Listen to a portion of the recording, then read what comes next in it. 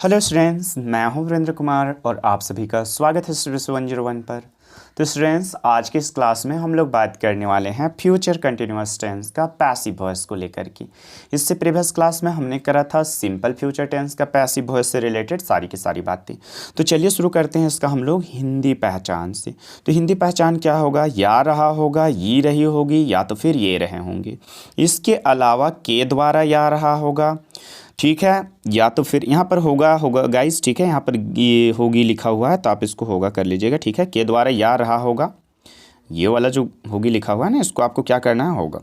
के द्वारा या रहा होगा, या तो फिर के द्वारा ये रही होगी, हाँ यहाँ होगी होगा, ठीक है, या तो फिर के द्वारा या ये रहे होंगे।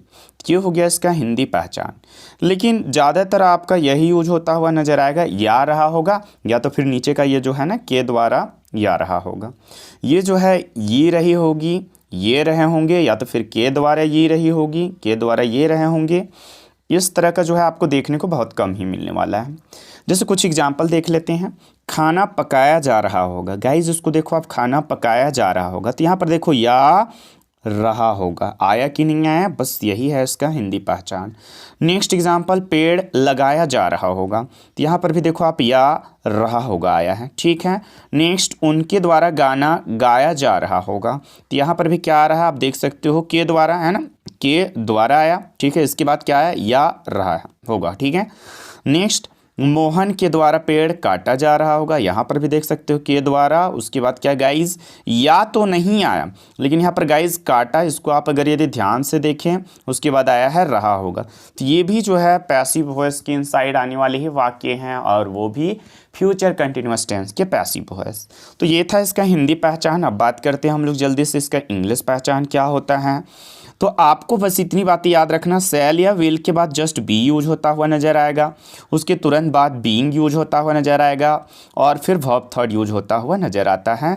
तो आप आसानी से आइडेंटिफाई करके बता सकते हो कि वो जो आपके सेंटेंस है इंग्लिश वाले, वो आपका फ्यूचर कंटिन्यूअस टेंस के इनसाइड आ रहे हैं या फिर नहीं आ रहे हैं। बस इतनी से बातें देखना, सेल या विल दोनों में से कोई एक यूज होता हुआ नजर आएगा, उसके बाद तुरंत बी के बाद तुरंत बीइंग और क्या फिर वर्ब थर्ड यूज होता हुआ नजर आएगा। बस यही है इसका इंग्लिश पहचान। जैसे कुछ एग्जाम्पल देख लेते हैं जिससे आपका कन्फ्यूजन और भी क्लियर हो जाने को है। यहाँ पर से एग्जाम्पल, पहला example, food will be being cooked. देखो गाइस, फूड विल बी, उसके बाद बीइंग कुक्ड है ना, देखो बी को ऊपर लिखा गया है, थोड़ा सा ये शायद मैं भूल गया था, तो जिसके कारण इसको मैं एडिट कर दिया, तो आप भी एडिट कर लो यहाँ पर से। नेक्स्ट है guys, next example, tree will be being, है ना, क्या है guys, planted. Next, song will be being song by them, tree will be being cut by, है ना, मोहन। और इस तरह से ये भी सारा का सारा आप यहाँ पर देखो अगर यदि ध्यान से, तो विल के बाद बी, उसके बाद बीइंग, उसके बाद क्या गाइस, ये वर्ब थर्ड। बस यही हुआ इसका इंग्लिश पहचान। अब हम लोग बात करते हैं finally structure for positive sentence, यानी कि अब हम लोग देखेंगे पॉजिटिव सेंटेंस का स्ट्रक्चर क्या होता है। इसके बाद हिंदी टू इंग्लिश बहुत सारा ट्रांसलेशन करेंगे। तो ऑब्जेक्ट, उसके बाद सेल या विल आपको लिखनी है, उसके बाद बी लगाना है, उसके बाद तुरंत बाद बीइंग, उसके बाद वर्ब थर्ड, उसके बाद बाय, और अंत में आपको सब्जेक्ट, ठीक है। तो इस तरह से ये हो गया इसका स्ट्रक्चर। जैसे कुछ ट्रांसलेट कर लेते हैं यहाँ पर से। उनके द्वारा फुटबॉल खेला जा रहा होगा, उनके द्वारा फुटबॉल खेला जा रहा होगा। इस वाक्य के अंत में आप देखिए या रहा है या फिर या रहा होगा तो नहीं आया, लेकिन यहाँ पर देखो गाइज, ठीक है, उनके द्वारा के द्वारा आया, उसके बाद खेला, है ना, यहाँ पर देखो खेला जा रहा होगा, ठीक है। और ये भी इसका हिंदी पहचान होता है, यहाँ पर से बोला जा सकता है। और ये आपका जो है पैसिव वॉइस ही है, फ्यूचर कंटिन्यूअस टेंस का पैसिव वॉइस। और यहाँ पर से हम लोग बात करेंगे इसका ट्रांसलेशन। तो स्ट्रक्चर के हिसाब से ही करनी है आपको ट्रांसलेशन। देखो स्ट्रक्चर पहले ऑब्जेक्ट लिखने को बोला गया है, अब उसके द्वारा फुटबॉल खेला जा रहा होगा। तो यहाँ पर कैसे पता करें कि ऑब्जेक्ट क्या है हमारा हिंदी वाले वाक्य को पढ़कर? तो कुछ भी नहीं, आपको क्वेश्चन करनी है। जैसे उसके द्वारा फुटबॉल खेला जा रहा होगा, तो उसके द्वारा क्या खेला जा रहा होगा, क्या, तो आंसर में क्या मिलेगा, हमें मिलेगा रिप्लाई में फुटबॉल। तो ये जो फुटबॉल होगा गाइस हमारा ऑब्जेक्ट होगा, यानी कि इसको पहले लिखना है। तो आप देखो ऑब्जेक्ट की जगह में फुटबॉल हो गया। उसके बाद तुरंत सेल या विल लिखनी है आपको, तो उनके द्वारा। अब आपको यहाँ पर से नोट करके एक बात याद रखनी है, सेल का जो प्रयोग है सिर्फ आई और क्या गाइज, वी के साथ किया जाता है। उसके बाद बाकी जो भी है दे, यू और किसी का नेम है, सी है, ही है, इन सभी के साथ ईट है, इन सभी जो भी आपके प्रोनाउंस है या फिर नाउन है तो उन सभी के साथ विल का प्रयोग किया जाता है। बस आई और वी के साथ सेल आपको लगानी है, बाकी सारा का सारा प्रोनाउन के साथ आपको यूज करना है क्या, विल। लेकिन क्या पता है आपको आई और वी के साथ भी आप विल का प्रयोग कर सकते हैं, आपका गलत नहीं होगा। ग्रामर के हिसाब से इसको भी ट्रू माना जाता है, यानी कि आई विल, है ना, आई विल, वी विल ऐसे भी बोला जा सकता है, बट ज़्यादा सही होगा क्या गाइस, अगर यदि आप देखो तो आई सेल वी सेल बोलना है ना, बाकी के साथ आप क्या विल लगा सकते हो। चलिए तो यहाँ पर से हम लोग इसको ट्रांसलेट करते हैं। आप देखो ध्यान से, ऑब्जेक्ट हमने क्या करा, फुटबॉल लिख दिया। उसके बाद क्या किया गया गाइस, दे, यहाँ पर देखो दे हमारा यहाँ पर क्या है, तो यहाँ पर से दे होने के कारण गाइस यहाँ पर क्या हो जाएगा, ठीक है, उनके द्वारा फुटबॉल खेला जा रहा होगा, तो फुटबॉल क्या हो जाएगा गाइस। उसके बाद विल, देखो ये दोनों में से एक हमने लगा दिया विल। उसके बाद क्या हो गया, बी हो गया। उसके बाद क्या हो गया, बीइंग हो गया, फुटबॉल विल बी बीइंग। उसके बाद क्या है गाइज, प्लेड, वर्ब थर्ड हो गया यहाँ पर प्लेड। उसके बाद बाई भी लिख दिया हमने। उसके बाद अंत में क्या, सब्जेक्ट, ठीक है। और पता है यहाँ पर सब्जेक्ट जो है ना, वैसे देखा जाए तो उनके द्वारा, यानी कि वे लोग फुटबॉल खेल रहे होंगे बोला गया है, तो उसको इंग्लिश में दे बोलते हैं, बट यहाँ पर बाई देम ना लिख करके अगर बाई दे लिखते हैं गाइज तो ये हो जाएगा आपका गलत, क्योंकि पैसिव वॉइस के इनसाइड आपको इतनी सी बातें नोट करके अपने दिमाग में याद रखनी है कि दे जो है वो चेंज हो जाता है देम में, ठीक है, जब कभी हम लोग पैसिव वॉइस लिख रहे होते हैं तो। इसके अलावा और भी प्रोनाउंस में चेंजेस आता है, जैसे आई चेंज हो जाएगा मी में, यू में किसी प्रकार का चेंजेस नहीं होता है, यू जो है यू में ही लिखा जाएगा, ठीक है, पैसिव वॉइस के इनसाइड। इसके अलावा वी जो है गाइज अस में चेंज हो जाता है, दे जो है देम में चेंज हो जाता है, ठीक है, सी जो है हर में चेंज हो जाता है, और ही जो है हिम में चेंज हो जाता है। आगे इस तरह से हम लोग नेक्स्ट और भी एग्जाम्पल देख सकते हैं। तुम्हारे द्वारा पत्र लिखा जा रहा होगा, तुम्हारे द्वारा पत्र लिखा जा रहा होगा, तो यहाँ पर फिर से हम लोग ऑब्जेक्ट पहचानना, तो क्वेश्चन करेंगे तुम्हारे द्वारा पत्र लिखा जा रहा होगा, यानी कि तुम्हारे द्वारा क्या लिखा जा रहा होगा, तो हमें आंसर में क्या मिलेगा, पत्र। तो यही हो गया हमारा ऑब्जेक्ट। तो यहाँ पर देखो ऑब्जेक्ट पहले लिखने को बोला गया, तो हमने क्या करा, यहाँ पर अ लेटर लिख दिया है ना। अब अ इसलिए लगा है क्योंकि लेटर जो है सिंगुलर है, और सिंगुलर नाउन के पहले क्या होता है गाइज, ए या तो फिर एन का प्रयोग होता है। जब कभी एडवांस लेवल तक हम लोग इंग्लिश ग्रामर पहुंचेंगे करने को, ठीक है, तो वहां पर से आपको सारी चीज़ें बताया जाएगा, ठीक है, ए एन दा का ये सारा कुछ प्रयोग वगैरह बताया जाएगा।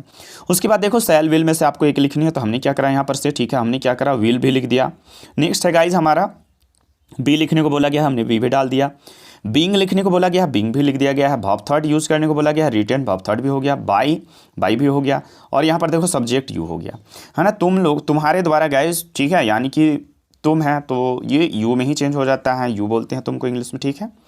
इस तरह से बाकी का खुद से ही आपको ट्रांसलेट करनी है स्ट्रक्चर के हिसाब से, जैसे आप देख सकते हो। उसके द्वारा खाना परोसा जा रहा होगा, तो यहाँ पर क्वेश्चन फिर से करेंगे और ऑब्जेक्ट को पहचानने का प्रयास करेंगे। उसके द्वारा क्या परोसा जा रहा होगा, तो खाना, आंसर मिला खाना, तो खाना को इंग्लिश में फूड बोलते हैं, तो ये हो गया हमारा ऑब्जेक्ट। उसके बाद विल, उसके बाद बी, उसके बाद बीइंग, उसके बाद वर्ब थर्ड सर्व्ड, है ना। परोसना को क्या बोलते हैं, सर्व, है ना, बट थर्ड फॉर्म क्या हो जाएगा, सर्व्ड, SERVED, सर्व्ड, है ना। उसके बाद बाई, उसके बाद हिम। गाइज यहाँ पर उसके द्वारा है ना, तो बाई हिम हो जाएगा, मतलब वह खाना परोस रहा होगा, वह को इंग्लिश में ही बोलते हैं, लेकिन ही जो है ना, बाई ही ना लिख करके हमें लिखना पड़ेगा हिम। क्यों, क्योंकि ही जो है पैसिव वॉइस के इनसाइड चेंज हो जाता है आपका हिम में। लेकिन यहाँ उनके द्वारा रहता, पता है, उनके द्वारा तो बाई देम लिखते हैं, है ना, उनके द्वारा मतलब वे लोग, दे चेंज हो जाएगा आपका किसमें, देम में, ठीक है। लेकिन उसके है तो यहाँ पर वह खाना परोस रहा होगा, जिसके कारण हमने क्या करा, यहाँ पर से हिम में कन्वर्ट कर दिया इसको। नेक्स्ट है गाइज, लोगों के द्वारा घर की सफाई किया जा रहा होगा, तो यहाँ पर लोगों के द्वारा किस चीज़ की सफाई किया जा रहा होगा, तो आंसर में क्या मिलेगा हमें, घर की। तो हाउस हो गया हमारा ऑब्जेक्ट, काम करेगा यहाँ पर से, तो house will be being cleaned by people, है ना। लोगों के द्वारा क्या हो गया गाइस, तो house will be being cleaned by people. Next, तुम्हारे द्वारा पानी लाया जा रहा होगा, तो वाटर, तुम्हारे द्वारा क्या लाया जा रहा होगा, तो आंसर में क्या मिलेगा हमें, पानी। तो इस तरह से ऑब्जेक्ट पता चल जाएगा आसानी से। तब आप क्या करोगे, सबसे पहले ऑब्जेक्ट को ही पुट करोगे, यानी कि water will be being brought by you, ठीक है। बाकी का भी खुद से आपको ट्रांसलेट करनी है, जैसे आप देख सकते हो, तुम्हारे द्वारा बच्चों को पीटा जा रहा होगा, ठीक है। तो क्या हो जाएगा, तुम्हारे द्वारा किसको पीटा जा रहा होगा, तो बच्चों को यह हमारा काम करेगा ऑब्जेक्ट की तरह, यानी कि children will be being beaten by you. Next, हमारे द्वारा पेड़ लगाया जा रहा होगा, तो क्या हो जाएगा, trees will be being planted by us. Next, उनके द्वारा किताबें खरीदा जा रहा होगा, तो क्या हो जाएगा, books will be being bought by them, है ना, उनके द्वारा। तो बाय देना लिख करके हमें लिखना पड़ेगा देम। आगे देखेंगे हम लोग नेक्स्ट, बच्चों के द्वारा कहानियां सुना जा रहा होगा, तो क्या हो जाएगा, stories will be being listened bye children. इस तरह से ये भी ट्रांसलेट होता है। आगे है नेक्स्ट, वहां से फल खरीदा जा रहा होगा, तो fruits will be being bought from there, वहां से तो फ्रॉम देयर, है ना। नेक्स्ट, ऋषि के द्वारा किताबें पढ़ा जा रहा होगा, ठीक है। तो next, books will be being studied by Rishi, ठीक है। तो ये भी ट्रांसलेट होता है। कुछ और भी बचे हुए हैं, इसको भी देख लेते हैं हम लोग। मेरे द्वारा कहानियाँ लिखा जा रहा होगा, तो stories will be being written by me, stories will be being written by me. Guys मैं कहानी लिख रहा हूँ, ठीक है, जिसके कारण यहाँ पर बाई क्या हो गया है, आई ने लिख करके मी लिखा गया, क्योंकि आई पैसिव वॉइस के इनसाइड मी में चेंज हो जाता है। और इस तरह से शानदार तरीका से हमारा पॉजिटिव सेंटेंस का स्ट्रक्चर होता है यहाँ पर से समाप्त, और बहुत सारा Hindi to English translation.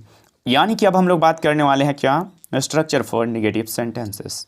Guys आपको क्या देखनी है, ऑब्जेक्ट प्लस शैल या विल के बाद तुरंत नोट लगानी है, उसके बाद बी, उसके बाद बीइंग, उसके बाद वर्ब थर्ड, बाई, और अंत में सब्जेक्ट लिखनी है।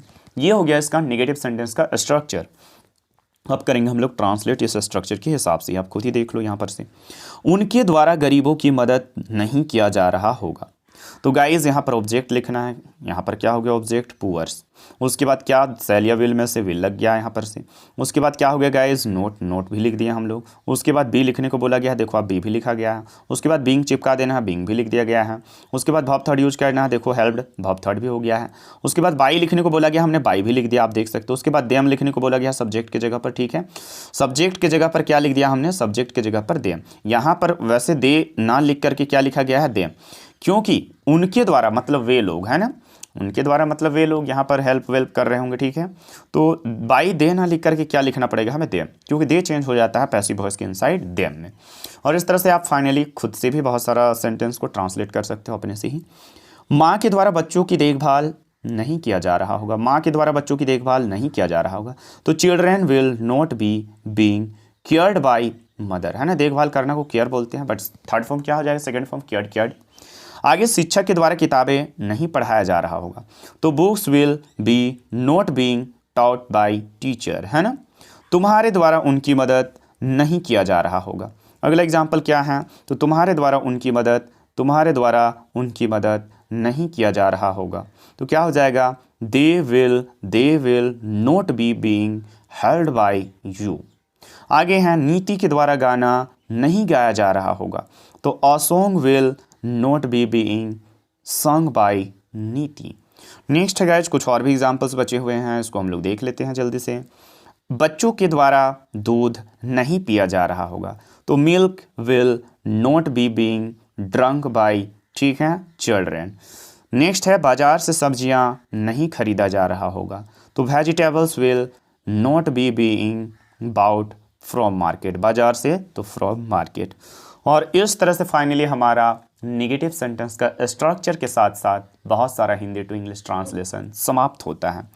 और अब हम लोग बात करने वाले हैं स्ट्रक्चर फॉर इंटरोगेटिव सेंटेंसेस। कौन से टेंस के इनसाइड, फ्यूचर कंटिन्यूअस टेंस के इनसाइड, वो भी हम लोग देख रहे हैं passive voice. Future continuous tense के इनसाइड भी क्या बात करने वाले हम लोग, पैसिव वॉइस को लेकर के। अब स्ट्रक्चर क्या होता है गाइस, तो शैल या विल से शुरू होगा, उसके बाद ऑब्जेक्ट, उसके बाद बी, उसके बाद बीइंग, उसके बाद वर्ब थर्ड, उसके बाद बाय, उसके बाद सब्जेक्ट। काफ़ी इजी स्ट्रक्चर है, अगर यदि आप ध्यान से याद कर लो एक बार तो ठीक है। तो यहाँ पर से हम लोग करेंगे ट्रांसलेशन। आप देख सकते हो, क्या उनके द्वारा गरीबों की मदद किया जा रहा होगा, तो विल पुअर्स बी, यहाँ पर देखो शैल या विल लिखना था तो हमने विल लगा दिया। उसके बाद ऑब्जेक्ट क्या हो गया हमारा, पुअर्स। उसके बाद बी तो हमने बी भी लिख दिया। उसके बाद बीइंग तो आप देख सकते हो बीइंग भी लिखा गया है। उसके बाद वर्ब थर्ड तो आप देख सकते हो हेल्प वर्ब थर्ड भी हो गया। बाई बोला गया, बाई भी हमने लिख दिया। उसके बाद सब्जेक्ट क्या हो गया यहाँ पर, देम, उनके द्वारा, यानी कि वे लोग गरीबों की मदद नहीं कर रहे होंगे या फिर क्या कर रहे होंगे, ऐसे होगा। तो हमने क्या करा, बाई दे ना लिख करके देम लिख दिया, क्योंकि आपको पता होना चाहिए पैसिव वॉइस के इनसाइड दे कन्वर्ट हो जाता है आपका देम में। आगे बात करेंगे हम लोग नेक्स्ट, क्या तुम्हारे द्वारा फिल्म देखा जा रहा होगा, तो will movie be being seen by you. क्या रश्मिका के द्वारा केला खाया जा रहा होगा, तो will banana be being eaten by Rashmika. Next है गाइज, कुछ और भी एग्जांपल्स बचे हुए हैं, इसको भी देखते हैं हम लोग। वैसे आप खुद से भी प्रैक्टिस लगा सकते हो अगर यदि आप चाहते हो ज़्यादा से ज़्यादा प्रैक्टिस लगाना, ठीक है, तो आप एक समझो और बाकी खुद से ही प्रैक्टिस डालो यहाँ पर से। क्या बच्चों के द्वारा क्रिकेट खेला जा रहा होगा? तो will cricket be being played by children. Next, क्या उसके द्वारा कपड़ा धोया जा रहा होगा? तो will clothes be being washed by him. Guys यहाँ पर बाय हिम होगा, बाय देम नहीं लिखिएगा आप, है ना। यहाँ उनके द्वारा रहता तो आपको बाय देम लिखना पड़ता है ना। आगे देखते हैं हम लोग। नेक्स्ट, क्या पानी लाया जा रहा होगा? तो यहाँ पर क्या है, क्या पानी लाया जा रहा होगा? तो will water be being brought. क्या फूल तोड़ा जा रहा होगा? तो will flower be being plucked. अब यहाँ पर या आ रहा होगा, नहीं आ रहा है, किसी के द्वारा नहीं लिखा गया है, तो यहाँ पर आपको कंफ्यूज होने की बिल्कुल भी ज़रूरत नहीं है। कोई ज़रूरी नहीं है कि ये जो बाई सब्जेक्ट लिखा हुआ होता है ना स्ट्रक्चर में, अंत में क्या होता है गाइस, बाई सब्जेक्ट ये लिखना ही पड़ेगा, ऐसा कोई नेसेसरी नहीं है। ये डिपेंड करता है हिंदी वाले वाक्य पर। जैसे आप यहाँ पर देखो, किसी के द्वारा लिखा ही नहीं गया है ना, तो सीधी सी बात यहाँ पर विल वाटर बी बीइंग, है ना, ब्राउट, बस भव थर्ड तक हो गया है और आगे का कंटेंट लिखना ही नहीं है आपको। आगे अब हम लोग बात करें क्या, structure for WH question sentences. पता है क्यों? क्योंकि हमने समाप्त कर रखा, ठीक है, किसका? इस तरह से हमारा समाप्त होता है इंटरोगेटिव का स्ट्रक्चर और बहुत सारा हिंदी टू इंग्लिश ट्रांसलेशन। और फाइनली अब हम लोग पहुंच चुके हैं structure for WH question sentences पर। इसके साथ साथ अब हम लोग बात करेंगे बहुत सारा हिंदी टू इंग्लिश ट्रांसलेशन इस स्ट्रक्चर के हिसाब से। तो क्या हो जाएगा, WH क्वेश्चन वर्ड पहले आपको लिखनी है, यहाँ पर से आप देख सकते हो WH क्वेश्चन वर्ड, उसके बाद सेल या विल, उसके बाद ऑब्जेक्ट, उसके बाद बी, उसके बाद बीइंग, उसके बाद वर्ब थर्ड, बीइंग के बाद वर्ब थर्ड, उसके बाद बाय, उसके बाद अंत में सब्जेक्ट, है ना। और इस तरह से ये स्ट्रक्चर भी काफ़ी ईजी ही है, आप देख सकते हो खुद ही। अब हम लोग करेंगे कुछ ट्रांसलेट, है ना, कुछ सेंटेंस को लेकर के ट्रांसलेट, और वो भी इस स्ट्रक्चर के हिसाब से ही। ध्यान रहे आपको ट्रांसलेट करना है इस स्ट्रक्चर के हिसाब से ही। ये स्ट्रक्चर एक बेहतरीन फॉर्मूला है, फॉर्मूला का काम करता है, यानी कि यह स्ट्रक्चर आपको बताता है कि आपको किस तरह से पहले कौन सा कंटेंट लिखना है ना, किस तरह से आपको सजा करके लिखना है। ऐसे आम इमली कुछ भी आप नहीं लिख सकते हो। जैसे उनके द्वारा क्यों गरीबों की मदद किया जा रहा होगा, तो यहाँ पर पहचानेंगे हम लोग सबसे पहले WH क्वेश्चन वर्ड, क्योंकि स्ट्रक्चर में बोला गया है कि हमें लिखना है सबसे पहले WH क्वेश्चन वर्ड। तो यहाँ पर क्यों जो है हमारा WH क्वेश्चन वर्ड है, आप देख सकते हो, जिसको इंग्लिश में वाई बोलते हैं। तो आप देखो स्ट्रक्चर के हिसाब से हमने क्या किया, पहले WH क्वेश्चन वर्ड वाई लिख दिया। उसके बाद देखो स्ट्रक्चर में बोला गया सेल विल में से आपको एक लिखनी है, तो हमने क्या करा, विल लिख दिया। उसके बाद स्ट्रक्चर में ऑब्जेक्ट लिखने को बोला गया है, तो यहाँ पर से पुअर्स हो गया हमारा ऑब्जेक्ट। उसके बाद बी भी लगाने को बोला गया है स्ट्रक्चर में जस्ट, उसके बाद बी भी हमने लगा दिया। बीइंग भी उसके तुरंत बाद लिखने को बोला गया है, बीइंग भी हो गया। उसके बाद आप देखो अच्छा से वर्ब थर्ड लिखने को बोला गया है, तो भी थर्ड हेल्प्ड हो गया। उसके बाद बाई लिखने को बोला गया है, तो गाइज हमने बाई भी लिख दिया, आप देख सकते हो। उसके बाद सब्जेक्ट अंत में, तो यहाँ पर क्या हो गया गाइज, देम, और बाई दे ना लिख करके लिखा गया है देम। पता है क्यों? क्योंकि यहाँ उनके द्वारा है ना, तो वे लोग को इंग्लिश में दे बोलते हैं, बट पैसिव वॉइस के इनसाइड ये चेंज कर जाएगा आपका देम। इस तरह से बाकी का आप खुद से भी ट्रांसलेट कर सकते हो। बच्चों के द्वारा फुटबॉल कहाँ खेला जा रहा होगा, तो कहाँ यहाँ पर हो गया हमारा WH क्वेश्चन वर्ड, जिसको इंग्लिश में वेयर बोलते हैं। उसके बाद तुरंत विल लिखना, उसके बाद ऑब्जेक्ट फुटबॉल हो गया, बी हो गया, बीइंग हो गया, वर्ब थर्ड प्लेड हो गया, बाय चिल्ड्रेन बच्चों के द्वारा। बढ़िया, और भी कुछ एग्जाम्पल्स हैं, इसको हम लोग देखते हैं जल्दी से फटाफट स्पीडली। और फाइनली आप देख सकते हो सब्जियां कहाँ बेचा जा रहा होगा, तो ये कहाँ हमारा WH क्वेश्चन वर्ड है, वेयर हो जाएगा, ठीक है। और यहाँ पर से गाइज आपका विल छूट गया है, just you need to edit here, आपको लिखना है यहाँ पर क्या, विल, ठीक है, ओके। वेयर के बाद will, where will object vegetables हो गया, बी हो गया, बीइंग हो गया, सोल्ड, बेचना को इंग्लिश में सेल बोलते हैं, बट आपको लिखना पड़ेगा थर्ड फॉर्म सोल्ड होता है जो, ठीक है। तो आप एडिट कर लीजिएगा, वहाँ पर जस्ट वेयर के बाद विल आपको लगानी है। मेरे द्वारा क्या खाया जा रहा होगा, तो what will be being eaten by me, okay. Next, America में क्या, अमेरिका से क्या लाया जा रहा होगा, तो what will be being brought from America, America से तो फ्रॉम अमेरिका। नेक्स्ट और लास्ट है, मुझे क्यों मदद किया जा रहा होगा, तो why shall I be being helped, why shall I be being helped. यहाँ पर आई है जिसके कारण हमने सेल लिखा, बट पता है यहाँ पर वाई विल आई, ऐसे भी आप लिख सकते हो, क्योंकि आई और वी के साथ विल का प्रयोग किया जा सकता है, ऐसा कोई ज़रूरी नहीं कि सेल ही आपको लिखना है। और फाइनली इस तरह से हमारा WH क्वेश्चन का भी जो भी स्ट्रक्चर्स था और हिंदी टू इंग्लिश ट्रांसलेशन था वो हो चुका है समाप्त।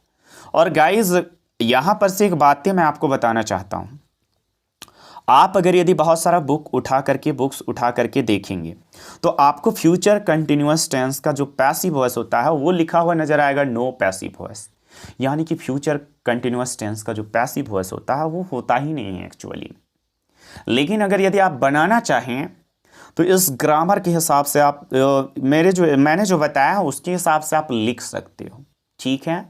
वैसे अगर देखा जाए तो आपका जो चौथा टेंस है, ठीक है, चाहे वो प्रेजेंट की बात किया जाए, पास्ट की बात किया जाए, फ्यूचर की बात किया जाए, इसका तो होता ही नहीं है। जैसे कि क्या present perfect continuous tense, past perfect continuous tense, future perfect continuous tense, इन तीनों का तो नहीं होता है।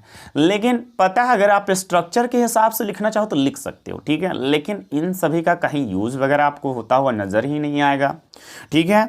और यहां पर आपको एक बात याद रखना है कि फ्यूचर कंटिन्यूअस टेंस का पैसिव वॉइस होता क्यों नहीं है, ये वायोलेट कहां पर कर जाता है, ये गड़बड़ कहां पर हो जाता है। तो गाइस गड़बड़ होता है यहां पर, आप देखो बी के बाद तुरंत बीइंग लग रहा है, और गाइस यहां पर बी बीइंग ये एक्चुअली में क्या है पता है, ये सेम ही वर्ब है गाइस, ठीक है। बी मतलब होना होता है, ठीक है। बी वाज बीइंग ऐसे करके एक वर्ब है गाइस बी, सेकंड फॉर्म क्या हो जाएगा वाज, उसके बाद क्या हो जाएगा बीइंग, ठीक है, ऐसे करके होता है, ठीक है। और ये बी बीइंग कंटिन्यू लगने के कारण ही ये क्या हो जाता है, वायोलेटिंग होता है यहाँ पर से, ठीक है। तो इसका आप लिखना चाहें स्ट्रक्चर के हिसाब से तो जिस तरह से मैं बताया हूँ आप लिख सकते हो, इट्स ओके, ठीक है।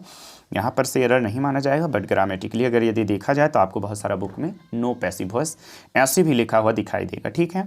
और आज का क्लास हमारा यहीं पर समाप्त होता है। आप ज़्यादा से ज़्यादा हमारे इस चैनल को क्या करें, शेयर करें, ताकि ज़्यादा से ज़्यादा बच्चों को ये सारा कंटेंट अवेलेबल हो पाए, वो भी अपना फ्री स्टडी कर पाएँ। Okay, bye bye, take care you all.